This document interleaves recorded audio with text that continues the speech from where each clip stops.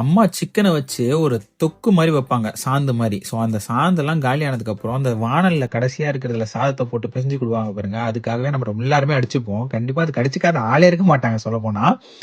So அந்த மாதிரி ஒரு சூப்பரான ரெசிபி செய்ய சொல்லித்தரேன். அதுக்கு என்னென்ன தேவையான பொருள்லாம் நான் டிஸ்கிரிப்ஷன்லையும் ஃப்ரண்ட்ல வீடியோலையும் கொடுத்துருக்கேன். ரொம்ப சிம்பிள் தான். வீட்டில் இருக்கிற இன்க்ரீடியன்ஸ் வச்சு நம்ம பண்ணிடலாம். ஜென்ரல் மசாலா ஸ்பைசஸ் தான், ஒன்றும் பெரிய விஷயம்லாம் கிடையாது. ஸோ பேன் வந்து எண்ணெய் போட்டு இந்த பட்டை கிராம்பு ஏலக்காய் அதெல்லாம் போட்டுக்கோங்க.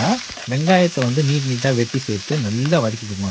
வெங்காயம் வதங்கினதுக்கு அப்புறமேட்டா தான் நம்ம இஞ்சி பூண்டு பேஸ்ட் போடணும். ஸோ ஸ்டார்டிங்கே போட்டிங்கன்னா ஒரு மாதிரி கலாப்பிலையும் ஆகிடும்.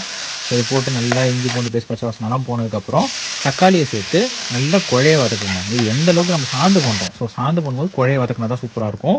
மசாலாலாம் ஆட் பண்ணிக்கலாம். மஞ்சத்தூள், தனி மிளகாத்தூள், மல்லித்தூள், உப்பு, பெப்பரு அதெல்லாம் போட்டுக்கோங்க. கரம் மசாலா போட வேணாம், உங்களுக்கு வேணும்னா போட்டுக்கலாம். போட்டுட்டு நல்லா அந்த மசாலாவோட பச்சை வாசனை போகிற வரைக்கும் நல்லா வதக்கிக்கோங்க. நல்லா சாந்தா திக்காக வதங்கினதுக்கப்புறம் சிக்கனை சேர்த்துக்கலாம். தண்ணி எதுவும் சேர்க்காதீங்க, சிக்கனில் இருந்தே தண்ணி விடும். ஸோ தனியாக தண்ணி எதுவும் சேர்க்க வேண்டாம்.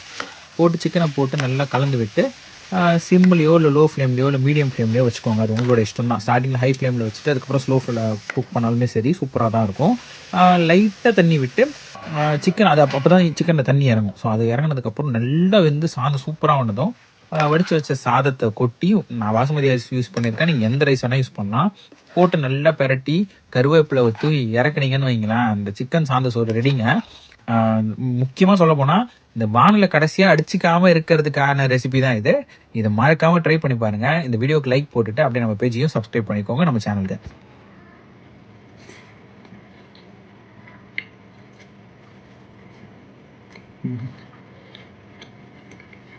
செம்ம டேஸ்ட்டாக இருக்குங்க. நீங்கள் ட்ரை பண்ணி பார்த்துட்டு இப்படி கமெண்ட்ஸில் சொல்லுங்கள். சரி, ஓகே, நெக்ஸ்ட் வீடியோ பார்ப்போம். பை.